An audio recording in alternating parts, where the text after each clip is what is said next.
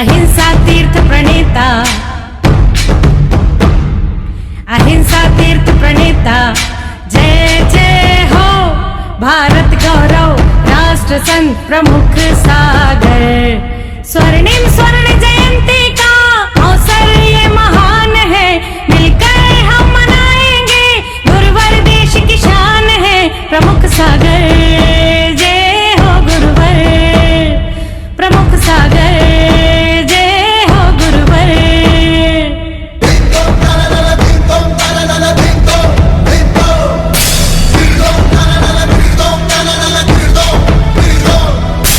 अर्धशतक जो पूरा हुआ। इस कार्यक्रम के पुण्यार्चक हैं श्री दिगंबर जैन पंचायत, गुवाहाटी, असम।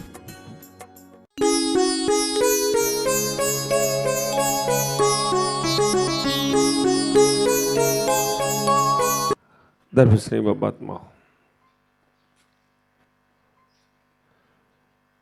सत्संग की महिमा अजब निराली है, सत्संग की महिमा अजब निराली है, गुरुओं के सत्संग में होली और दिवाली है। सत्संग की महिमा अजब निराली है, गुरुओं के सत्संग में होली और दिवाली है। मन नाच उठता है, गाता कव्वाली है, बात जो दिल को छू जाए वही तो दिलवाली है। बात जो दिल को छू जाए वही तो दिलवाली है। कभी गलत लोगों की तुम संगति करना मत, क्योंकि नकारात्मक सोच और चौंच करती आत्मघात है। सकारात्मक सोच करने वाला ही करता आत्मा से बात है, सकारात्मक सोच करने वाला ही करता आत्मा से बात है। विचार करो, हमें अपने जीवन को जीना है, अपने जीवन को बनाने का प्रयास करना है और अपने जीवन को बहुत आनंद से भरकर जीने का प्रयास करना है।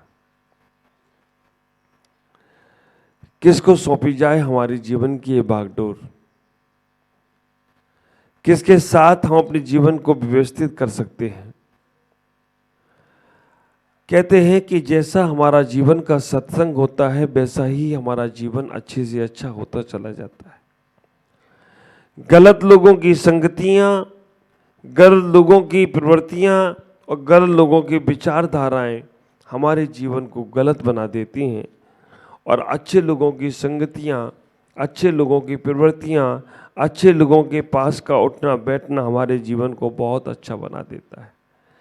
ख्याल करो, पानी की एक बूंद, पानी की एक बूंद अगर गन्ने की खेत में जाती है तो वो मीठी हो जाती है। पानी की एक बूंद अगर गन्ने की खेत में जाती है तो मीठी हो जाती है। दूध गाय के मुख में जाए तो दूध हो जाती है। वही पानी की एक बूंद अगर सीप में चली जाए तो मोती हो जाती है, और वही पानी की बूंद अगर किसी सांप के मुख में चली जाए तो जहर हो जाती है। वही पानी की बूंद अगर किसी नीम या बबूल के पेड़ में चली जाए तो कड़वी हो जाती है, और वही पानी की बूंद भगवान के मस्तक पर चली जाए तो गंधोदक हो जाए तो कोई आश्चर्य की बात नहीं। पानी को भी नहीं मालूम होगा, जल को भी नहीं मालूम होगा कि मैं कहाँ जा रही हूं, लेकिन जैसे ही वो वहां पहुंचती है उसका रंग बदल जाता है, उसका रूप बदल जाता है, उसका जीवन बदल जाता है। आप ख्याल करके रखो, रंग रूप जीवन सब बदल जाए तो वो अपना जीवन को महत्व समझने लगती है। वही पानी की बूंद भगवान के चरणों में चली जाती है, गुरुओं के चरणों में चली जाती है तो लोग मस्तिष्क से लगाने का प्रयास करते हैं। कैसी मानसिकता है! एक कुम्हार मिट्टी से कुछ सामान बनाने को तैयार था। एक कुम्हार मिट्टी से कुछ सामान बनाने को तैयार था। उसने पूरी तैयारी कर ली कि हम इस मिट्टी से चिराग बनाएंगे, लोग चिराग और दीपक बनाएंगे। ख्याल करना, उस कुम्हार ने सोचा इस मिट्टी से हम चिराग बनाएंगे और चिलम बनाएंगे। चिलम जिसमें लोग डालकर क्या क्या करते हैं मालूम है, और चिराग जिसमें जलाकर लोग भगवान की आरती उतारते हैं। उसके मन में विचार चल रहा था चिराग और चिलम बनाने का। तभी गर्मी का समय था। उसने कहा चिराग और चिलम चले या ना चले। उसने कहा कि इस मिट्टी से हम सुराही और मटका बनाते हैं। और केवल उसने सुराही और मटका बनाया। बनाने के बाद उस मिट्टी ने उस कुम्हार से पूछा कि हमारे को तो आप चिलम और चिराग बनाने को लाए थे, इस सुराही और मटका क्यों बना दिया? तो ख्याल करना, कुम्हार ने इतना ही कहा कि मेरा मन बदल गया। गर्मी का समय है, चिलम और चिराग बिके न बिके, लेकिन सुराही और मटका तो हर कोई ले लेगा। कुम्हार ने इतना ही कहा कि मेरा मन बदल गया, चिराग और चिलम की जगह मैंने सुराही और मटका बना दिया। वो मिट्टी इतनी ही कहती है, रे कुम्हार, तुम्हारा तो केवल मन बदला है, मेरा तो पूरा जीवन बदल गया। क्योंकि चिलम और चिराग बना देता तो मैं भी जलती और दूसरों को भी जलाती रहती, लेकिन तूने सुराही और मटका बनाकर मैं भी अब पानी में रहूंगी, मैं भी जल में रहूंगी और मैं भी प्यास बुझाऊंगी और दूसरों की प्यास बुझाते चले जाएं तो कोई आश्चर्य की बात नहीं है। ख्याल कर, केवल तुम्हें अपना मन बदलना है।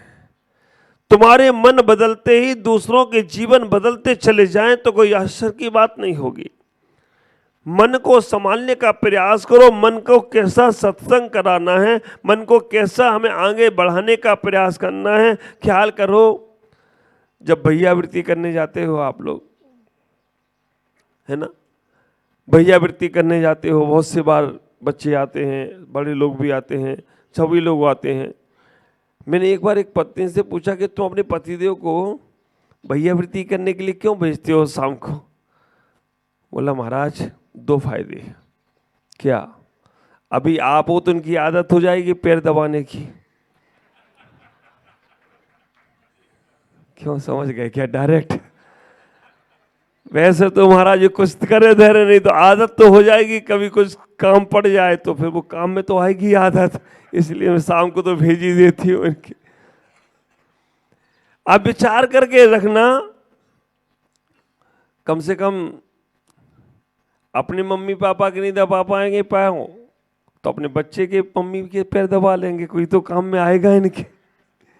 मम्मी के पैर दबाने के लिए इनको मैं भेजती तैयार करती हूँ कि कम से कम आपकी सेवा कर लेंगे। और एक बात का ख्याल रखना, अगर तुम्हारे घरों में, परिवारों में और समाज में साधु नहीं है, आप विचार करके रखना, तुम्हारे घर में, परिवार में, समाज में साधु नहीं है तो कोई बात नहीं। अगर तुम्हारे घर में बड़े बुजुर्ग हैं तो भी आर्का और भी मुनि से कम नहीं है, वो भी आर्का और मुनि के समान हो जाते हैं। अगर आप उनकी घर में सेवा करते हो तो समझ के रखना आपने एक मुनि की सेवा कर ली।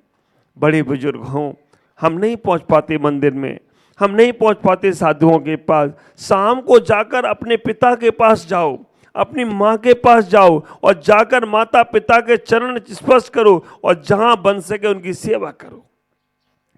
ख्याल करना, सेवा से इतनी बड़ी मेवा मिलती है, सेवा से इतनी बड़ी जरूरत नहीं है, लेकिन फिर भी अगर आपका कर्तव्य, आपका जीवन बहुत अच्छा बनाना है, सेवा करने चले जाओ। जैसे जैसे तुम उनकी सेवा करते हो आपका पुण्य का स्तर बहुत आगे बढ़ जाता है।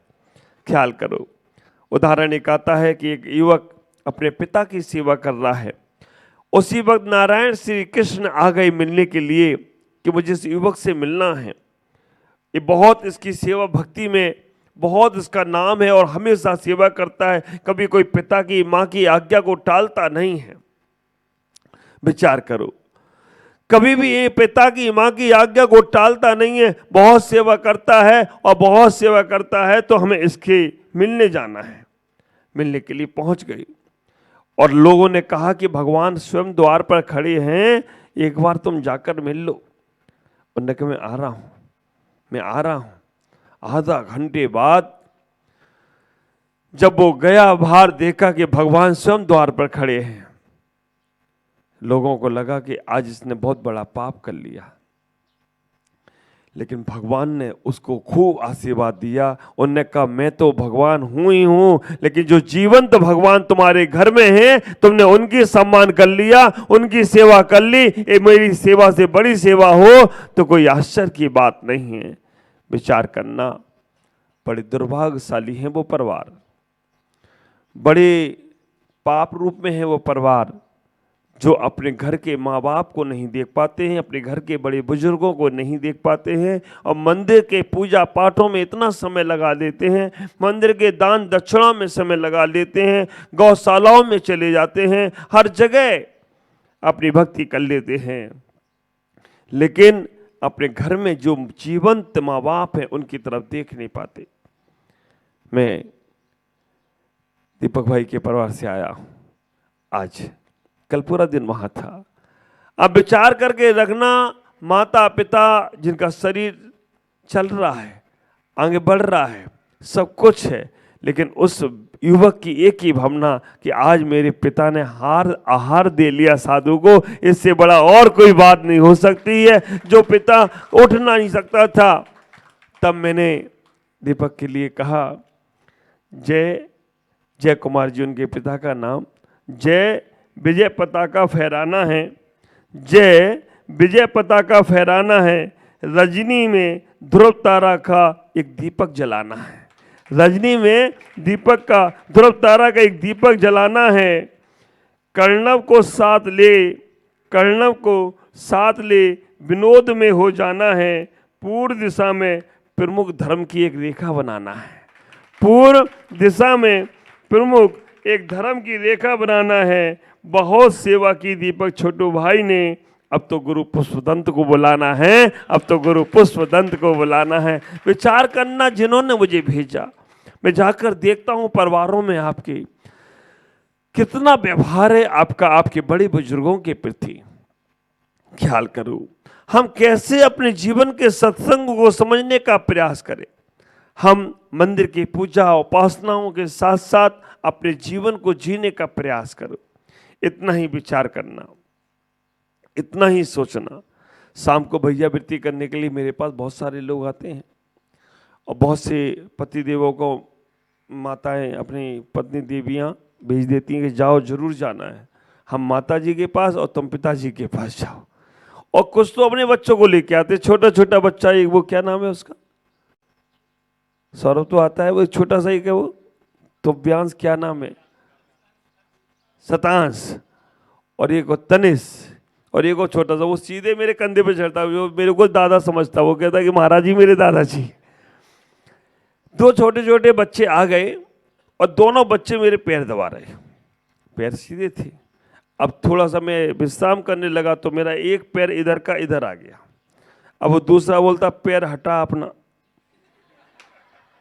हमसे नहीं बोलता, उस लड़के से बोलता, तू, वो इसको दबा रहा था, वो इसको दबा रहा था, वो बोलते ये पैर हटा अपना, उसे नहीं हटाता, नहीं हटाएगा तोड़ दूंगा। अरे मैंने कहा ये तो गड़बड़ मामला, झगड़े इनके टूटेगा मेरा ना। वो क्या हटा, उसने, दूसरे ने कहा नहीं हटाऊंगा तो क्या कर लेगा, उसने तोड़ दूंगा, और वो पकड़ भी लिया उसने कर रहे से। मैंने कहा बेटा प्रमुख उठ जा, नहीं तो इनकी दोनों के झगड़े में पिटेगा तू। आखिरकार मैंने कहा देखता हूँ थोड़ी देर, थोड़ा मैंने पैर ऐसे एक्सरसाइज किया, थोड़ा सा चेंज किया, आराम से फिर दबाने लगा। फिर मैंने ये उधर रख दिया, उसे तू अपना मेरे पास क्यों लेके आया, उठा अपना पैर। कई बार होता है, आप विचार करके रखना, ये संस्कार जरूर होना चाहिए। मैं आप सबसे कहना चाहता हूं कि 24 घंटे में साधु के नजदीक आप केवल 2 बार पहुंचते हो। एक बार आहार चर्या में बिल्कुल नजदीक पहुंच जाते हो, और दूसरी बार भैया वृत्ति में बिल्कुल नजदीक, उनको स्पर्श भी कर लो तो कोई आश्चर्य की बात नहीं है। जो बड़े बुजुर्ग लोग हैं या जो अपने घर में परिवार में लोग हैं, वो सब तो हैं ही हैं, लेकिन अगर तुम्हारे नगर में कभी साधु आ रहे हैं, पुरुषों से कहना चाहूंगा, अगर कोई पुरुष महाराज, अगर कोई मुनि महाराज, आर्का मुनि महाराज, आचार्य, चुल्लक, एलक आते हैं, आप जरूर जाओ, उनके चरण छूकर भैया वृत्ति कर कर आ जाओ। आपके शरीर को निरोगता प्राप्त होने लगे तो कोई आश्चर्य की बात नहीं है। महिलाओं से कहना चाहूंगा, माता जी वगैरह आए तो जरूर जाओ। आप विचार अपने हिसाब से समय मत ढालो, उनके हिसाब से समय ढालो। आप जाकर उनकी सेवा करो, हाथ पैर दबाओ, पीठ दबाओ, क्या नहीं दबाना। हाँ, तुम लोग इसी तैयारी में बैठे होगे महाराज गला कब बोलेंगे। आप इतना ही विचार करके रखना, हम जितनी सेवा भाव करते हैं उतना हमारा जीवन आगे बढ़ता है। सत्संग करें, अच्छे लोगों का करें, अच्छे विचारधाराओं के करें, अच्छे जीवन को जीने का प्रयास करें। मैं कहना चाहता हूं तुम्हारा घर घर नहीं मंदिर है, और मंदिर में देवता रूपी, परमात्मा रूपी, भगवान रूपी आपके माँ बाप आपके घर में बैठे हुए हैं। और उनके जितना, और हमें ये भी मालूम है कई बार माता पिता बुजुर्ग हो जाते हैं ना, और कई बार माता पिता बड़े बुजुर्ग हो जाएं तो वो हमारी सुनते नहीं हैं, हमें सुनाना ही चाहते हैं। तो याद करो ना अपना बचपन, जब तुम उनकी नहीं सुनते थे, अपनी सुनाते थे तो वो चुप रहते थे। आप इतना ही विचार करो, अपने जीवन को समझने का प्रयास करो। हम इतना ही कहेंगे, जितना तुम उपकार की भावना रखोगे, जितना तुम्हारे अंदर अच्छे भाव होंगे, उतना तुम्हारा जीवन आनंद से भरता चला जाएगा। बात मैंने कहा, शुरुआत कहाँ से की थी? मैंने एक उदाहरण दिया था, हाँ, मटके का उदाहरण दिया था। उसके पहले भी कुछ शुरुआत की थी, पानी की बूंद। हाँ, चले चले बहुत सारे विषय आ गए उसके अंदर, लेकिन उस विषय को समेटते हुए मैं इतना ही कहना चाहूँगा कि आप अपने जीवन को बहुत व्यवस्थित बनाएं, परस्परग्रह जीवन नाम की भावना को रखने का प्रयास करें। जितना हम दूसरों के उपकार करते चले जाएंगे, जितना हम दूसरों के बारे में अच्छा सोचते जाएंगे, जितना हम दूसरों के बारे में अच्छा करते जाएंगे, उतना हमारा जीवन बहुत बहुत अच्छा होता चला जाएगा। मंदिर का भगवान, मंदिर का परमात्मा हमसे और कुछ नहीं चाहता है, ख्याल करना। मंदिर का भगवान, मंदिर का परमात्मा हमसे इतना ही चाहता है कि आप अपने जीवन में कितना अच्छा हो सकते हो। उन्हें तुमसे कोई लेना देना नहीं है, तुम उन्हें क्या चढ़ा रहे हो, क्या नहीं चढ़ा रहे हो, ये सब तुम्हारी मानसिकताएं हैं। और तुमने अपने आप को अच्छा ना बनाया, दुनिया को अच्छा बनाते चले जाओ तो कोई बात नहीं है कि दुनिया अच्छी हो। आज सोहन जी यहाँ पर बैठे हैं, ख्याल करना, पांडिचेरी में एक इनका अलग ही, और पांडिचेरी में 2 चैतालय हैं, एक कामराज पेट में है और एक भारतीय स्ट्रीट में है, दोनों जगह। और दोनों जगह अध्यक्ष सोहन जी हैं, एक जगह ये सोहन जी और एक जगह वो सोहन जी, वो भी कासलीवाल है, वो पांड्या, सोहन जी पांड्या और सोहन जी कासलीवाल। पूरा पांडिचेरी के समाज एक बात पर, एकजुट पर बहुत अच्छे से कार्य करती है। और जब समाज की एकता होती है ना, तो वह कार्य बहुत ऊंचाइयों के साथ होता चला जाए तो कोई आश्चर्य की बात नहीं है। मैं आपसे इतना ही कहूँगा कि इस मानव रूपी जीवन को व्यसनों में मत लगाने का प्रयास करो, नकारात्मक सोच में मत लगाने का प्रयास करो, अच्छे कार्यों में लगाओ, अच्छे विचारधाराओं में लगाओ, अच्छे जीवन में लगाने का प्रयास करो, तब तुम्हारा जीवन बहुत बहुत आनंदित होगा। इतना बड़ा शरीर है, इस इतने बड़े शरीर को अगर हमें व्यवस्थित छोटे से अच्छे परिणाम में लगा लेते हैं, अच्छे मन विचार में लगा लेते हैं, तो इस शरीर हमारा बहुत बहुत आनंदित हमें करने का प्रयास करता है। और अगर हम छोटा सा कोई गलत चीज़ इस शरीर में डालने का प्रयास करते हैं तो बस समझ के रखना, एक शरीर हमारा साथ छोड़ देता है। हम जितना ज़्यादा शरीर से अच्छे कार्य करेंगे, अच्छे विचार करेंगे, उतना जीवन हमारा आनंदित होगा। आज इतना ही। ओम नमः जय गुरुदेव।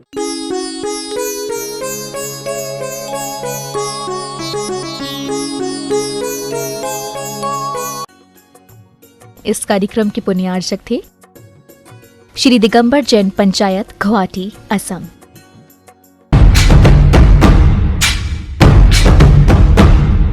अहिंसा तीर्थ प्रणेता,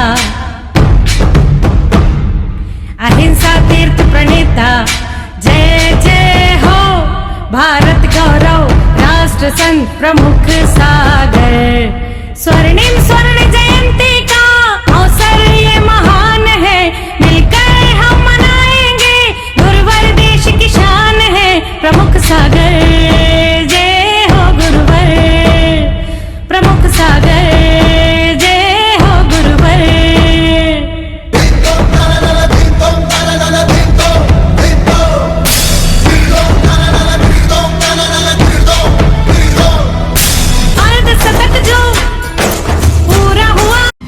अपने परिवार के साथ